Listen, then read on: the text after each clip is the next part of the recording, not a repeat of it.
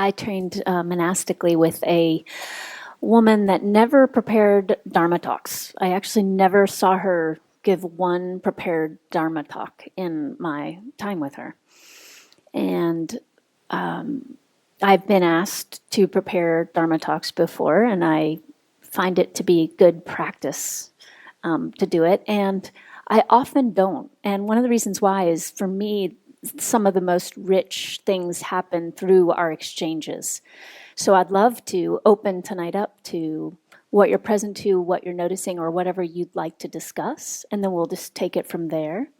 And I've never, there's no requirement, of course, to speak. And if no one asks any questions, I could certainly start talking about things if you would like me to. Trump or, no, just kidding. Okay, what shall we discuss? Or what are you present to from that meditation?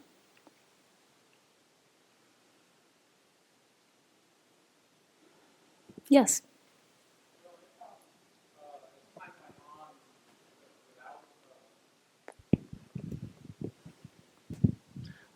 I found that as time went on, without a focus of my attention, that I was drifting into sort of dullness. Mm-hmm. It was in sort of, I really liked at the start when you kind of had that analogy of shining the flashlight back on the source. But that kind of implies some focus on what the flashlight's pointing at. And later on I got the sense that I should just not even have that kind of a focus. But maybe you can get a sense of where I'm going with this. It's a little bit difficult to both have clarity without actually having a object of awareness. Yes, thank you. I think that's a really great point. And so I want to reflect back a few things that I'm hearing in that. One is that there's something about that image that works for you, and at the same time you recognize, would you say it's almost that it takes some effort or clarity or some type of focus to even kind of turn the attention to awareness in that way? Are you familiar with Dr. Dan Siegel's work? You've just seen the name. His last book about awareness has a map that he put forward. Are other people in the room, anyone else familiar with Dr. Dan Siegel? So he talks about the wheel of awareness, and as he teaches that, he talks about, he's interviewed many people over the years, the wheel being all the things out on the hub or the objects that we tend to give our attention to, and then awareness being in the center of this wheel. And he describes that for some people it really works to imagine if there's a spoke going out from awareness to an object, turning that attention around and going back to the center of the wheel. For some people, sort of a sinking back in. That's very kind of Ramana Maharshi. That's not my metaphor. I mean, the flashlight part I might have made up, but the actual kind of resting the attention rather than turning is really inspired by Ramana Maharshi's work, and for me, what I like about it is it does imply that you can release some of that. I mean, again, I trained in a very strict Zen monastery, in fact, and there was so much emphasis on discipline and focus, and then clarity that comes with that focus. So for me, it's been incredibly supportive to allow for a resting rather than that having that same quality of focus now be turned to awareness. And I offer that to you because in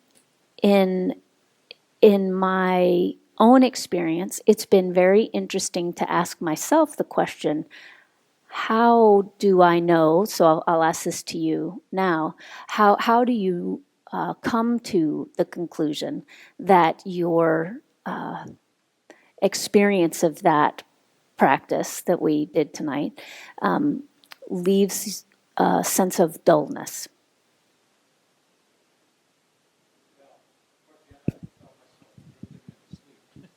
Yeah.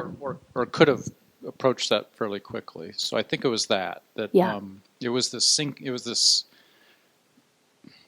happy feeling that is very much like I'm kind of turning off the senses.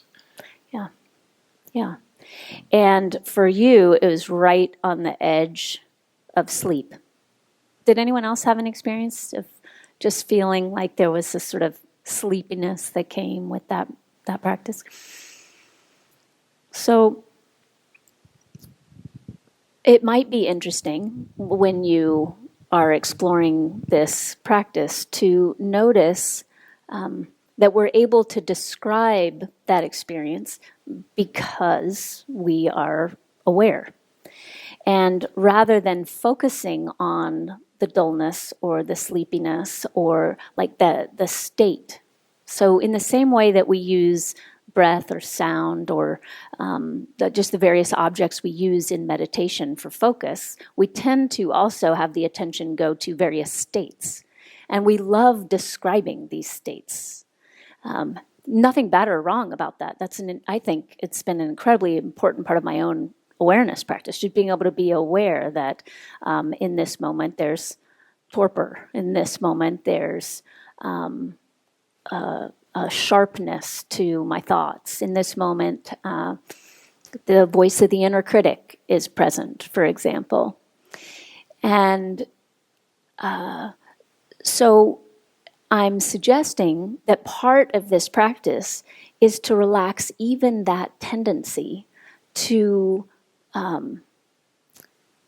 want to fixate on. Now, fixate's a little bit dramatic of a word. I don't actually think you are fixating on anything. But just to make the point, are you with me on just kind of that tendency?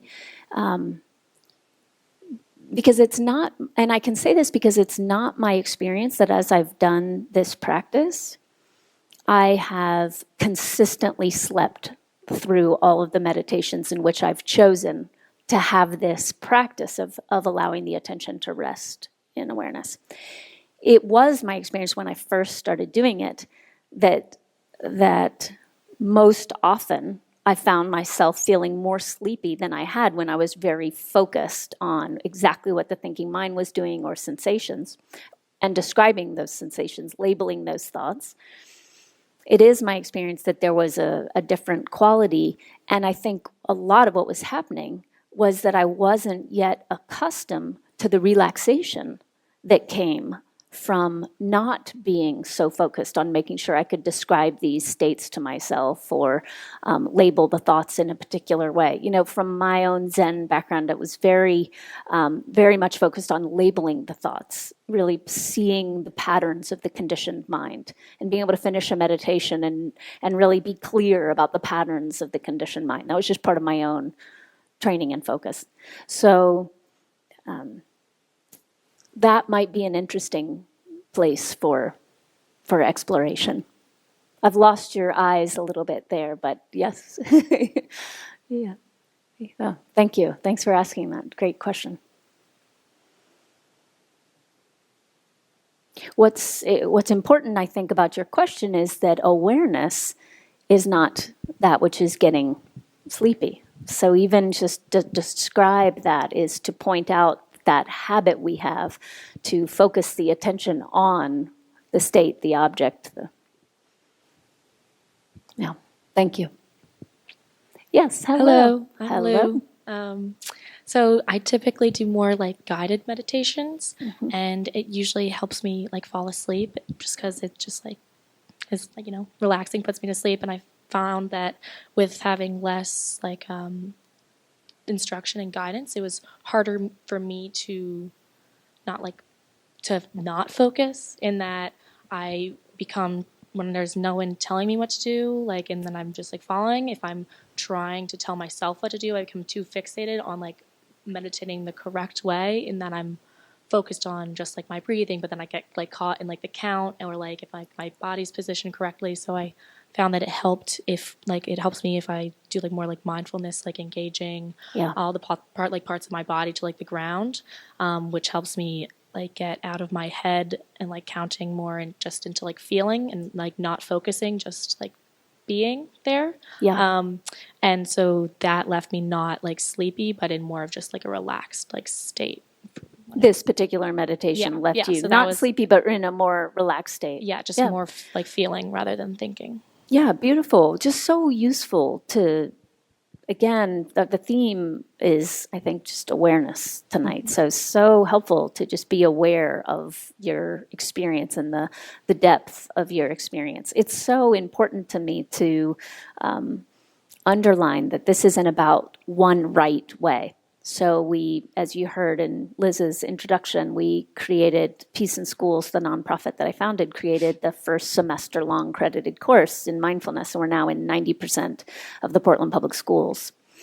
And in that semester-long course, you can bet that in the first class we don't say, "You are awareness. Now just rest the attention in yourself." Like we don't. That's it's really really important that we're giving practices that stabilize the mind. And that's part of what you're describing is seeing the benefit from knowing how to feel your feet on the ground, knowing how to hear a guided imagery and go where you're directed to go, having the steadiness, the stability of the mind to do that. So beautiful that you found that to be helpful, and how lovely to now know.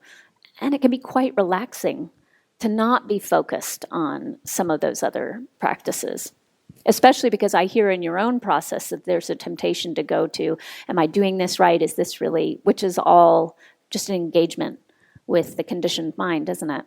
Yeah. I'm actually in this new, like I tried to get into a mindfulness class at like UVA, but like the wait list was full. I was like number one, but I dropped calculus and then took it's called Personal Adjustment and the Science of Happiness, and we meditate before every class. And so like it's helpful, and then I'm learning more about awareness and mindfulness and everything, but it's still in a classroom setting, which is very It's hard to lose the context, isn't it? Yeah. Yeah. So thank you. Yeah, lovely that you're tasting enough of it to know that you want to explore it outside that class. It's beautiful. We have a doorway somewhere. So lovely that was was that your first experience of? No, but like I do mindfulness for just like anxiety and stuff. But like then this is the first time I'm learning about it in well, I learned about like the mindfulness movement and different classes and stuff, but in a actual practicing mindfulness in a classroom setting, it is very lovely and takes you out of the day. But it's still a classroom setting, and where like you're with your peers, and it's still like the competition like type thing. Yeah. There's still the vibe, the college vibe. Yes, 100%. Yeah, we're here. There's kind of a feeling of competitiveness that sort of seeps through the walls and the desks. Let's meditate for 10 minutes and then like learn school and lecture and like Right. write notes. So it's Right. Yeah, easy to fall in. I like to talk about that as just dualistic thinking. Like there's a right, there's a wrong, there's a good, there's a bad, there's a you, there's a me, we're competing. Easy to fall into that when we're in conditioned settings where so much is reinforcing it. It's one of the reasons I have this very strange passion for bringing this stuff into public schools, because it's such I like to think of it as like going in the belly of the beast. There's so little at least in the high schools that I'm around, there's so little that's reminding us of who we actually are. There's so little that's bringing out qualities of compassion and the recognition of our shared being. But there's lots that's reinforcing, I'm other than you, I'm different than you. There's some kind of competition. Thank you. Yeah, thank you. Would you say your name? I'm Lou. Lou, thank you. Yeah. So whoever would like to ask a question or speak next, if you would just say your name. I do like hearing your names.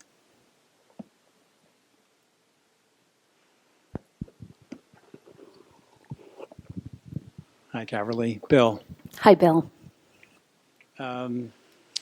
What your practice brought to mind, and as in the meditation context, something that I try to do in the real world, but do it because the real world, your eyes are open, do it in a different way, and I just wanted to get your reaction.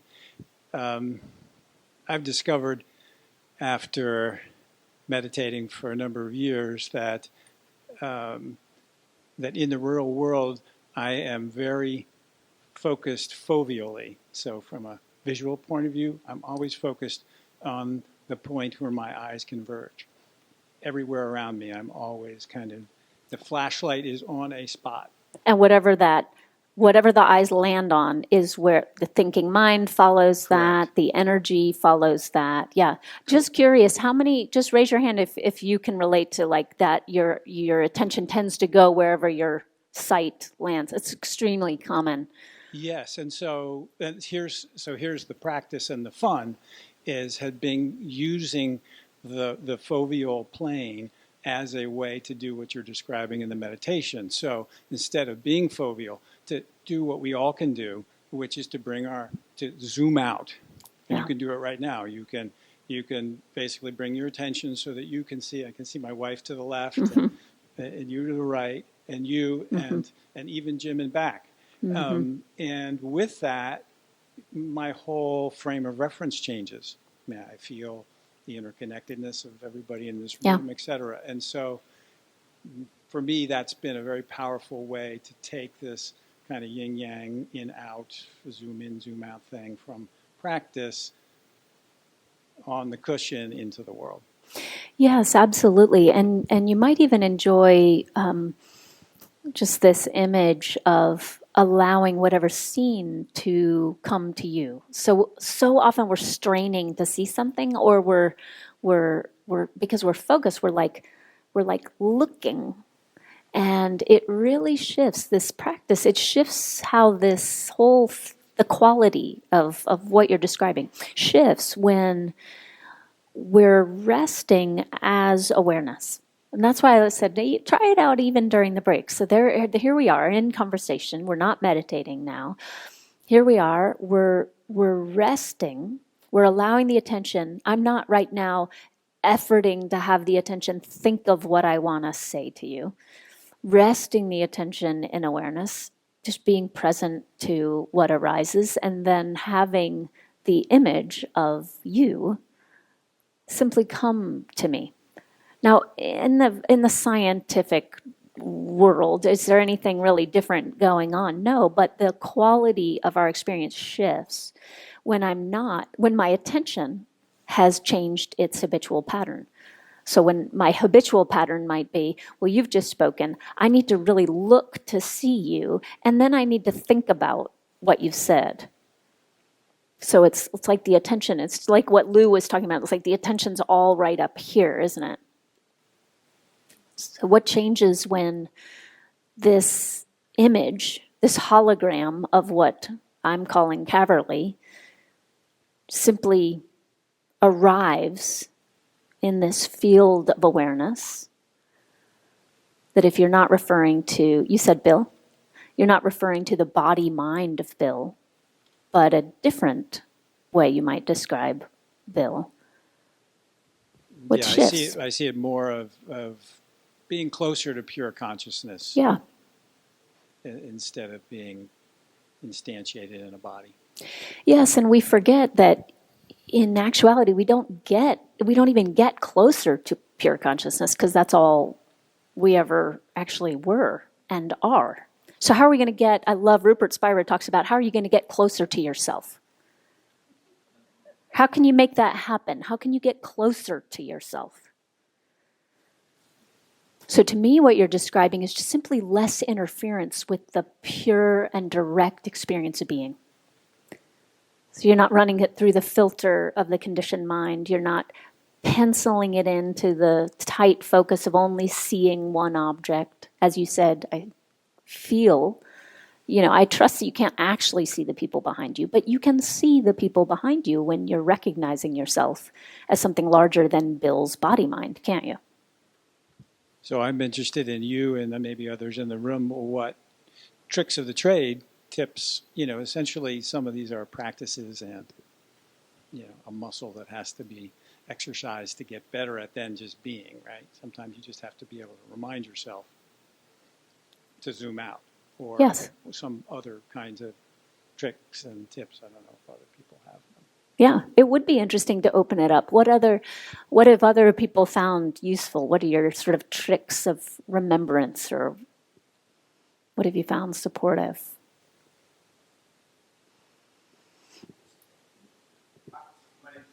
Hi, Stephen. Sure, I can reflect it. So Bill's saying he's recognizing that actually what he's describing is a practice of remembrance. And I love pointing out that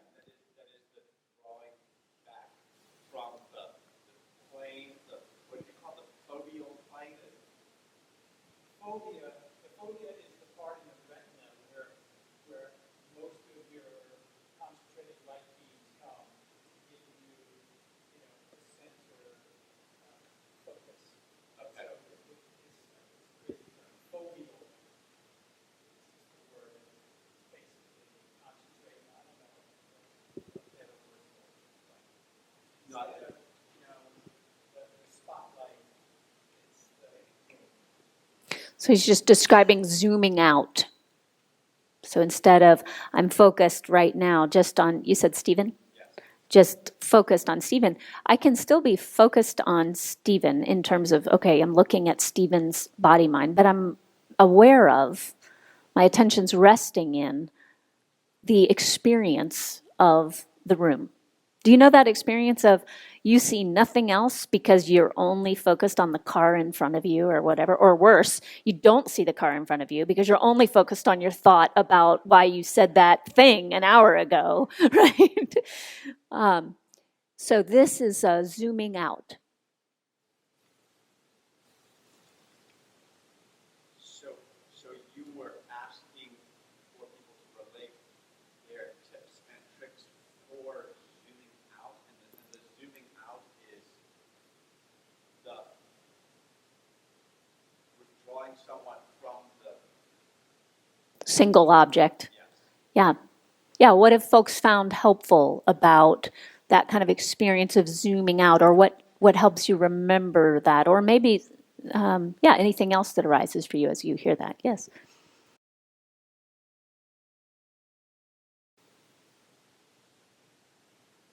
So to me, it's what you bring up is really important and very interesting because it brings us back to, I think, a very fundamental question about, like, what are we talking about when we walk around in the world and we say, like, I'm sleepy, or I experienced this state of being, or I got annoyed, or I have a busy mind. Are we pausing to find out, like, on whose behalf am I speaking?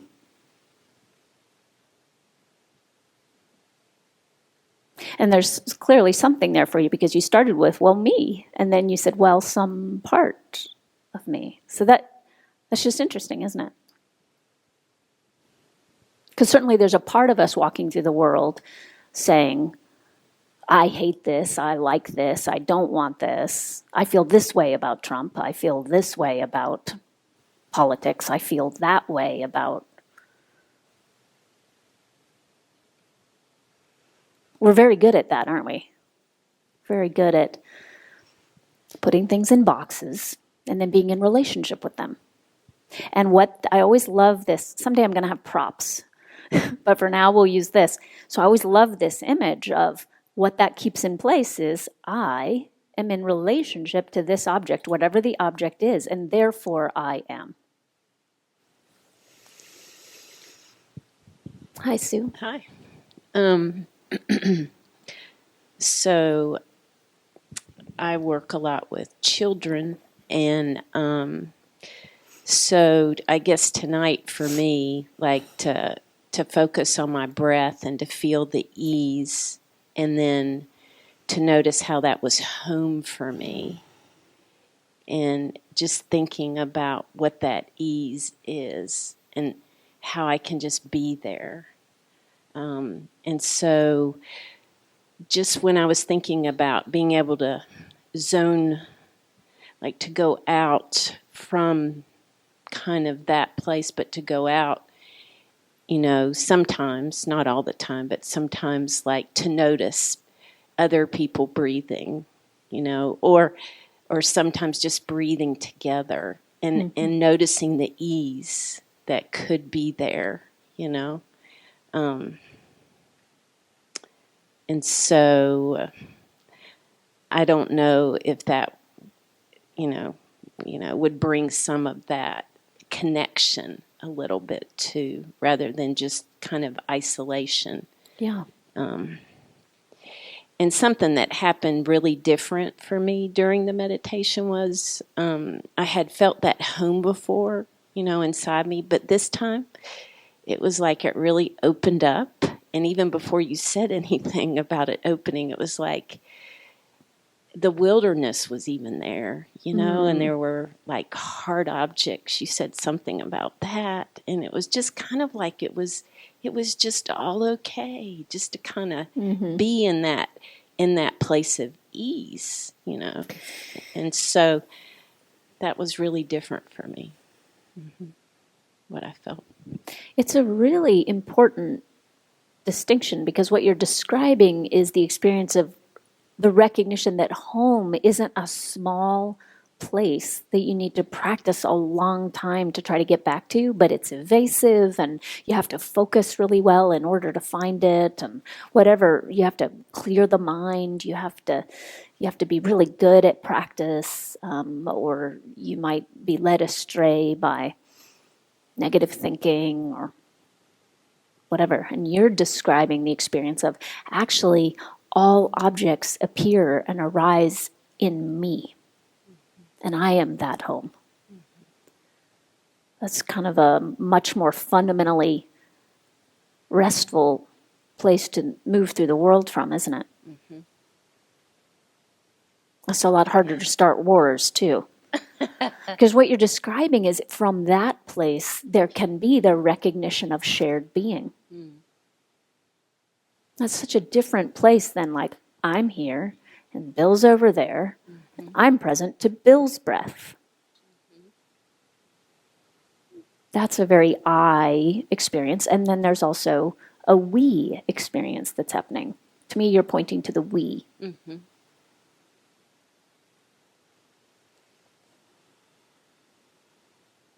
Yeah, and the ease, I think, was really powerful. Thinking about that ease, that, as long as I'm breathing, I have more right, but then to think about just the ease of it, that was really, wow, just to be who you are in that space, that ease. Yeah. Some people have asked me whether, we're teaching stealth Buddhism in the schools. And it's actually always easy to answer. No, we're actually really not. We're teaching young people how to recognize who they actually are. And in that experience, we learn that there's nothing more easeful than moving through the world from that recognition, and joyful and peaceful. And what else? When you're moving through the world from the knowing that you are more than this body mind, from having a sense that there's something larger that you might call you. What other things arise? What are some, just popcorn style, what are some other words that arise when you think about how your experience of moving through the world changes?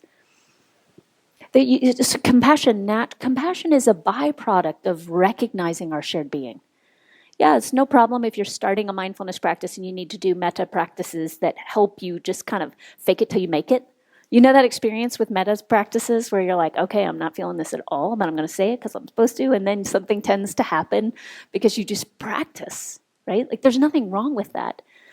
But the recognition of our shared being, the natural byproduct is compassion. Creativity. Spontaneity. It's authentic. That's another thing. Teens love that. They look around at the adult world and they're like, oh my gosh, this fake, everything's fake, this pretense, it's just so fake. And so they're very enlivened by curriculum that suggests you can actually get in touch with what's authentic. It's very freeing. It's radical, isn't it?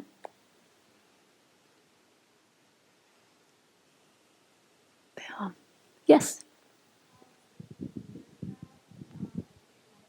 hang on just one moment, if you would. Friend of Lou's. Hi. What's your name? Hi, I'm Corinne. Hi, Corinne.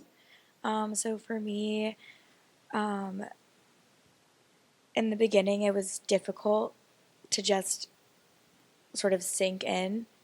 But then once I did, then I opened my eyes intentionally, and it was sort of like a dual awareness where I could kind of feel my body like expanding, and my visual awareness was expanded. Same with my hearing was expanded. And it was sort of this dual awareness of what was going on in the room, but then also choosing to relax and sort of fall, because I think for me sometimes that's difficult. Which part feels difficult, Corinne? Like choosing to like continue to fall where I could have just focused on something in that one field. Yeah. So by fall, do you mean just kind of releasing? Like it's like a falling experience for you because you're not hanging on to one thing. Yeah, interesting way to describe it. Mm-hmm. Mm-hmm. And how is that falling? It feels like I can just feel it in my hands and my legs. And like the top of my arms, they just kind of tingle and vibrate. Mm-hmm. And then depending on what my focused awareness is, I like to focus like in the middle of my forehead. Mm-hmm. And then it kind of just like you fall back. Yeah. Yeah, you're describing focusing on the sixth chakra. Are you familiar with, do you know anything about the chakra system? Not super familiar with, well, but you can read about it if you want, but I don't necessarily, you don't have to, meaning there's a lot of crap out there about the chakras. Okay. But what you're describing is the place of clear seeing. And especially in this culture, most of us habitually use the sixth chakra so that we can focus in the way that we have been describing that we're habituated to focus. Let me look to see, let me think about what's right and wrong, good and bad. All of our relationship with the inner critic is a very sixth chakra experience. And it's actually kind of a medicine for the sixth chakra to get to release and relax that tendency. Because, again, everything else in our society is asking us to get really good. And we praise people who are really good at having very focused six chakras. Usually that means you're probably making more money than someone who's not walked around with that cultivated skill, just for example. So there's lots of like reward for it. And it can be very nourishing to that energy center. If you're not familiar with chakras, it's not a problem at all. I'm just referring to energy centers. So that particular energy center is very nourished by getting to use its natural ability differently. So that's just clear seeing. Just clear, open, conscious seeing and being. That it doesn't have to do with that fixed experience, or that you describe it as like grabbing onto the rope. So sort of just kind of when I guess focus my energy sort of like on that spot, then it felt okay to just release my body. Interesting to see that. You might look into this and notice that it could be the case that when you're fixed in and you're really kind of caught in the mind of duality, for example, seeing things in terms of black and white and right and wrong and good and bad, that it's hard to relax the body. I mean, let's face it, if we're really stuck in that mind, that frame, the body usually is forgotten. We might only notice the body if it's in pain or it's tense, because that's where we're stuck. So it's a beautiful awareness that you can see the link between releasing that habit and the body being able to naturally let go.